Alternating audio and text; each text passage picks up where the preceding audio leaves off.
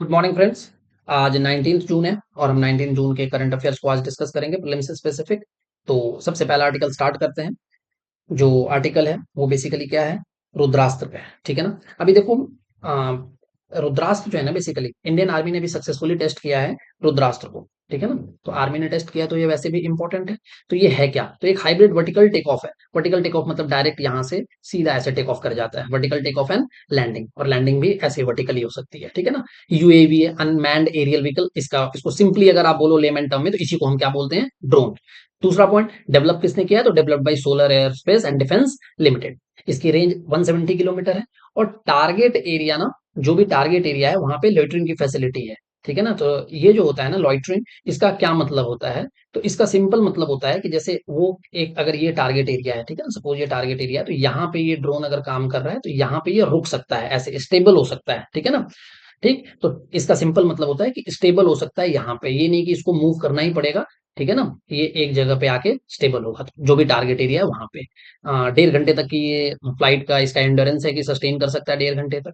ठीक है ना। और इसकी सबसे अच्छी बात, एक तो ऑपरेशन फुली ऑटोनोमस है। ऑटोनोमस के बाद एक और फंक्शन जो इसका जो फीचर है वो सबसे अच्छा है कि ऑटोमेटिक, आपने इसको प्लान कर दिया, बता दिया कि ये टारगेट है, यहाँ पे हिट करना है, तो ये वापस automatic return to base function है। सीधा वापस जो है वहां से वो फुली जो है ना अपने आप ही, जिसको मैंने बोला फुली ऑटोनोमस ऑपरेशन, तो वो वापस जो है वो अपने बेस पे आ जाएगा। डन। तो ये था रुद्रास्त्र के बारे में। चलो, साइंस एंड टेक का इंपॉर्टेंट आर्टिकल था। ठीक है, इस तरीके से अगर कोई साइंटिफिक डेवलपमेंट होते हैं पर्टिकुलरली अगर डिफेंस सेक्टर में, तो वो हमारे लिए इंपॉर्टेंट बन जाता है। अब एक इंपॉर्टेंट है, ये न्यूज जो है ना काफी इंपॉर्टेंट है। डिजी पिन।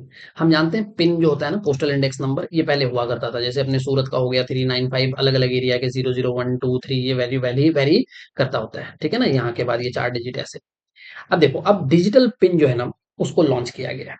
ठीक है ना। Digital pin. अब ये बेसिकली कुछ भी नहीं है, एक तरीके का डिजिटल एड्रेस सिस्टम है। ठीक है ना। 4 बाई 4 स्क्वायर मीटर एरिया को मार्क किया गया है, मतलब 4 मीटर बाई 4 मीटर की आपकी प्रिसाइज लोकेशन जो है ये बता देगा। इसको डेवलप किसने किया है, तो डेवलप किया है डिपार्टमेंट ऑफ पोस्ट ने। ठीक है ना।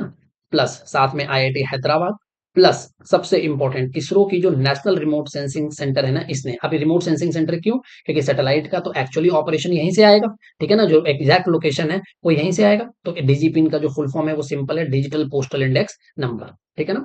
अब ये एक 10 कैरेक्टर का अल्फा न्यूमेरिक कोड है। अल्फा न्यूमेरिक कोड का मतलब हो गया कि इसमें एबीसीडी भी हो गया, अल्फाबेट्स भी हो गए, साथ में न्यूमेरिक्स भी हो गए। तो ये 10 डिजिट का है और हर 4 बाई 4 स्क्वायर मीटर एरिया के लिए जो है ना इसको डिजाइन किया गया है। और सबसे बड़ी बात, ये इसके का होगा क्या, एकदम एक्यूरेट लोकेशन पे आप पहुंचोगे। तो ये किन के लिए एडवांटेज है, यहाँ पे मैंने बताया कि डिलीवरीज वाले जो डिलीवरी एजेंट है, अब उनको आपको कुछ बताने की जरूरत नहीं है।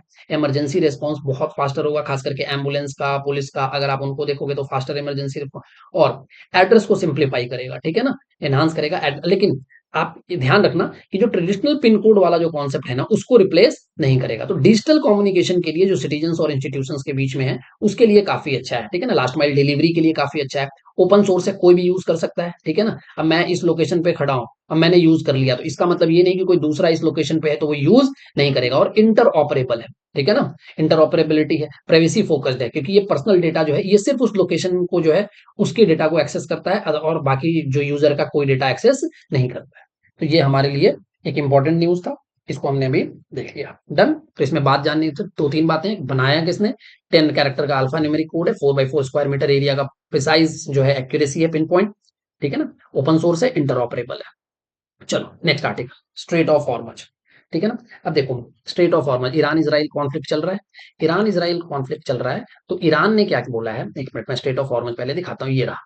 अब ये स्ट्रेट ऑफ हॉर्मज को अगर आप देखो ध्यान से, तो हॉर्मज स्ट्रेट में एक तरफ तो ईरान है। ठीक है ना। अगर ये मैप होता है तो ये नॉर्थ है, ये साउथ है, ये ईस्ट है और वेस्ट है। ये स्ट्रेट ऑफ हॉर्मज है, तो नॉर्थ में ईरान है, साउथ में ओमान और यूएई, ये 2 कंट्री है, यहाँ यूएई और यहाँ पे ओमान, और ये है स्ट्रेट ऑफ हॉर्मज। तो ईरान का इसमें बहुत बड़ा शेयर है स्ट्रेट ऑफ हॉर्मज में। तो ईरान ने बोला कि हम क्या करेंगे, ब्लॉक कर सकते हैं, एक पॉसिबिलिटी है कि ईरान जो है इसको ब्लॉक कर सकता है। पर आप इसकी इंपॉर्टेंस को समझो। ठीक है ना।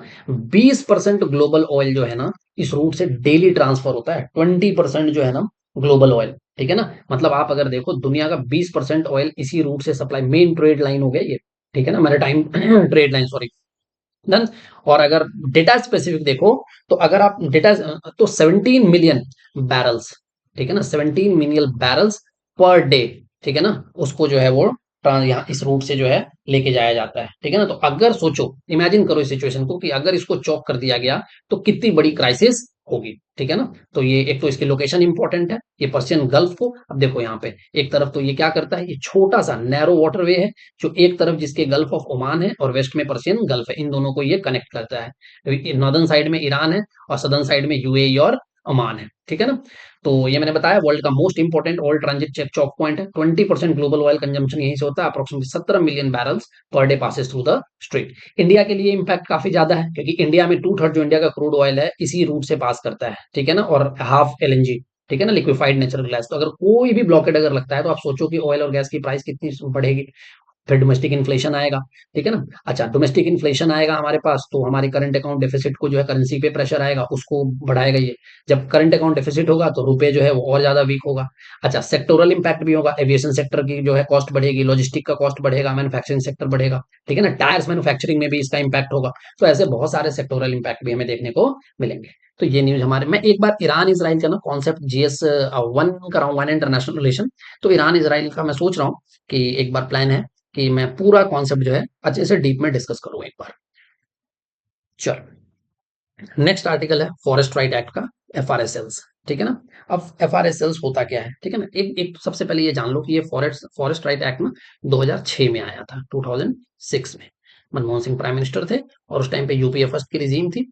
अब क्या होता था, जो ट्राइबल लोग थे ना, पर्टिकुलरली जो जंगलों में रहते थे, उनको अपने अधिकार ही नहीं पता थे, ठीक है ना, उनका एक्सप्लॉइटेशन होता था। तो उनको फॉरेस्ट राइट को इंश्योर करने के लिए ये एक्ट लाया गया था, ठीक है ना। उनकी जमीन को कोई भी आके जो है ना एक्वायर कर लेता था, उनको उनकी जगह से ही जो है डिस्प्लेस कर दिया जाता था।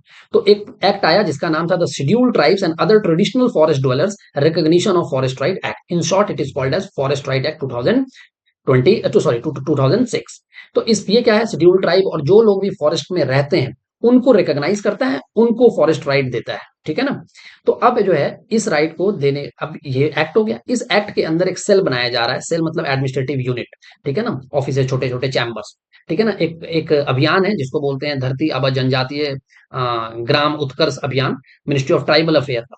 तो उसने 324 जो है डिस्ट्रिक्ट लेवल FRA को जो है सैंक्शन किया है 18 स्टेट्स में, ठीक है ना। तो ये इसी जो अभियान है ना इसके अंदर आएगा, ताकि ये असिस्ट करे कि जितने से ज्यादा FRA जिन लोगों को नहीं पता है इस राइट के बारे में कि उनके अधिकार क्या क्या हैं, उनको बताए, उनको इम्प्लीमेंट कराए। तो अच्छा, एक और बात, ये जो है ना धरती आबा जनजातीय ग्राम उत्कर्ष अभियान, ये अक्टूबर 2024 में लॉन्च हुआ था। टारगेट करता है 68,000 ट्राइबल विलेज 17 मिनिस्ट्रीज में, ठीक है ना। फंडिंग पैटर्न जो है सेंटर स्टेट दोनों फंड करते हैं। ड्यूरेशन जो है 24-25 से लेके 28-29 तक के बीच का है। और इसका जो इम्प्लीमेंटेशन ट्रैक है ना वो गति शक्ति पोर्टल से होगा। इस पोर्टल के बारे में आप जानते हो, जैसे गवर्नमेंट की बहुत सारी मिनिस्ट्रीज हैं, वो सब आपस में काम करती है। अब क्लियरेंस चाहिए, सपोज रोड बनाना है, ministry of road transport and highway को, MO ministry of road transport and highway को चाहिए क्लियरेंस, और मिनिस्ट्री ऑफ एनवायरमेंट यहाँ पे है। तो अगर रोड बनाने के लिए वहां पेड़ कटना और एनवायरमेंट क्लियरेंस चाहिए, तो अब इसके कई सारे, मिनिस्ट्री ऑफ फिनांस यहाँ है, पैसे का सैंक्शन करना है। तो ये सारे मिनिस्ट्री जो है यहाँ पे गति शक्ति पोर्टल पे वो आपस में इंटर, जैसे मिनिस्ट्री ऑफ एनवायरमेंट से क्लियरेंस मिल गया, तो क्लियरेंस मिला तो ऑटोमेटिकली मिनिस्ट्री ऑफ फिनांस के पास चला गया, यहाँ से पैसा रिलीज हो जाएगा, पैसा रिलीज होकर रोड ट्रांसपोर्ट जो है वहां पे टेंडर फ्लोट कर देंगे, फिर इनको पता लग जाएगा, फिर जो भी सब आपस में इंटरेक्ट कर सकते हैं इजिली। तो ये मॉनिटरिंग मैकेनिज्म है गति शक्ति पोर्टल। तो अब बात करते हैं FRSL। तो इसको जो फंड जो किया जाएगा ना वो ग्रांट की तरह, ग्रांट इन एड जनरल है, ठीक है ना, मतलब वापस नहीं लिया जाएगा, ग्रांट काइंड ऑफ गिफ्ट हो गया, तो ग्रांट अगर दे दिया गया तो वो वापस नहीं दिया जाता है, ठीक है ना। तो अच्छा, एक और बात, तो ये सबसे ज्यादा जो FRS अगर आप देखोगे ना इसके अंदर, तो इस अगर यहाँ पे ये जो 68,000 ट्राइबल विलेज है, तो यहाँ पे एक क्वेश्चन का आंसर बताता हूँ आपको। इस तरीके से जो FRA बन रहे हैं, तो सबसे ज्यादा है MP में, फिर है फॉलोड बाई छत्तीसगढ़, फिर है तमिलनाडु, फिर महाराष्ट्र, और ये लिस्ट इस तरीके से आगे बढ़ती है, ठीक है ना। तो ये ग्राम सभा को और जो भी है FRA के जो फॉरेस्ट राइट के जो क्लेम पेपर वर्क है उसको कंप्लीट कराने में हेल्प करती है, डेटा मैनेज करती है, एविडेंस कलेक्शन में। कई लोगों को पता ही नहीं होता कि ये जो है रेवेन्यू विलेज है नहीं है, उसके सर्वे करने में हेल्प करती है, ठीक है ना, गांव वालों को बताने में। हाँ, पर ये ध्यान रखना है कि ये डिसीजन मेकिंग बॉडी नहीं है। डन। तो चलो, ये हमारा FRSL हो गया। एक हमारे पास लास्ट आर्टिकल है DNA आइडेंटिफिकेशन। एक बहुत मतलब दुखद हादसा अभी हुआ है ठीक है ना। अगर आप देखो तो एयर इंडिया की जो फ्लाइट थी वो क्रैश हुई है फ्रॉम अहमदाबाद टू लंदन, ठीक है ना। जो यूके जा रही थी वो फ्लाइट जो है भी क्रैश हुई है अहमदाबाद में। तो अब उसके अंदर ना ऑलमोस्ट 1.25 लाख जो है ना 120 या 130, ठीक है ना, 1,30,000 जो लीटर जो है एयर टरबाइन फ्यूल था, एटीएफ, ठीक है ना। जो वहां पे जो फ्लाइट्स में जो अगर एयर बसेस देखो तो उसके अंदर जो हम यूज करते हैं फ्यूल उसको एटीएफ बोलते हैं, एयर टरबाइन फ्यूल। तो एक तो इसके कारण हीट काफी ज्यादा हो गई। तो बॉडी जो है ना, वो सारे बॉडी जो है ना उनको आइडेंटिफिकेशन बहुत ज्यादा टफ हो गया हमारे लिए। तो हम क्या करते हैं, फिर हम डीएनए से आइडेंटिफाई करते हैं। ये एक साइंटिफिक मेथड है जो कि पर्सन की आइडेंटिटी कंफर्म करता है, कैसे उनके यूनिक जो जेनेटिक कोड है उसको पहचान के, ठीक है ना। तो इसमें हम क्या करते हैं, अब देखो इसको हम फॉरेंसिक में भी यूज कर सकते हैं, ठीक है ना। कभी क्राइम अगर होता है तो भी हम मैच कर लेते हैं, ठीक है ना। कि मान के चलो वहां पे क्राइम में जिसने जो क्रिमिनल है उसके हेयर के कुछ फॉलिकल्स मिले, ठीक है ना, कुछ उसके नाखून अगर नेल्स मिले, कोई स्किन मिला, कोई ब्लड मिला, तो वहां से हम कर सकते हैं कि क्राइम सीन पे ये था। तो फॉरेंसिक साइंस में भी यूज है। डिजास्टर विक्टिम आइडेंटिफिकेशन अभी चल रहा है। अब इसमें बेसिकली क्या होता है, हम जनरली देखते हैं कि अगर 50% पेरेंट्स के साथ मिल जाता है ना, या चिल्ड्रन के साथ, तो 50% का रेशियो भी हो जाता है, तो हम कंफर्म मानते हैं। दूसरा मेडिकल रिसर्च में यूज करते हैं। अगर एंसेस्ट्री और पेरेंट पे जो पैटर्निटी टेस्टिंग है उसके लिए भी यूज करते हैं कि क्या ये एक्स जो है वो वाई का सन है या नहीं, तो इसके लिए भी हम टेस्ट करते हैं। ये इंडिया में ऑलरेडी एक एनडी तिवारी का केस था, उसके टाइम पे ये काफी ज्यादा न्यूज में रहा था, नारायण दत्त तिवारी, ठीक है ना, गवर्नर भी हुआ करते थे, मिनिस्टर भी थे उत्तर प्रदेश में। तो उनके टाइम पे एक इनका बेटा था जिसने बोला था कि मैं इनका बेटा हूँ। एक लड़का बाद में उठा और बोला कि भाई मैं नारायण दत्त तिवारी का बेटा हूँ। तो वहां पे फिर वो डीएनए आइडेंटिफिकेशन की बात की गई, और वहां पे ये जो है टेस्टिंग की पैटर्निटी जो टेस्टिंग है उसकी बात वो सबसे पहली बार जो अभी इन इन दिनों जो मॉडर्न डे में जो सुनने को मिली वो इंडियन कॉन्टेक्स्ट में ये यहाँ पे सबसे पहली बार सुनने को मिली। तो जो सैंपल्स लिए जाते हैं ना उनको रोज, अब दिक्कत क्या है कि सैंपल्स अगर आप लेते हो ना तो सैंपल्स को डिकम्पोज होने से बचाना है। तो उसको हम 95% एथेनॉल में स्टोर करते हैं या फिर -20 डिग्री सेल्सियस पे करते हैं। डीएनए कोल्ड और ड्राई एनवायरनमेंट में बहुत अच्छे से रहता है, लेकिन स्किन जो है, जो सॉफ्ट टिश्यूज हैं वो जल्दी डिकम्पोज हो जाते हैं, डिग्रेड करते हैं बोन्स और टीथ के कंपैरिजन, ठीक है ना। अब 4 तरीके के हैं शॉर्ट टेंडम रिपीट। अब देखो बेसिकली क्या होता है ना, अगर आप देखो इस पूरे कॉन्सेप्ट को, ठीक है ना, जिसके अंदर अगर एक हेलिक स्ट्रक्चर होता है ऐसा, ठीक है ना, ये ऐसे, ठीक है ना, और इसके अंदर ये इन्फॉर्मेशन होती है, ठीक है ना। तो आपको पता है ये जो डबल हेलिक स्ट्रक्चर है ना आपके डीएनए सीक्वेंसिंग में, इसको हम यूज करते हैं। ये डीएनए बेसिकली यही होता है, डीऑक्सी राइबो न्यूक्लिक एसिड।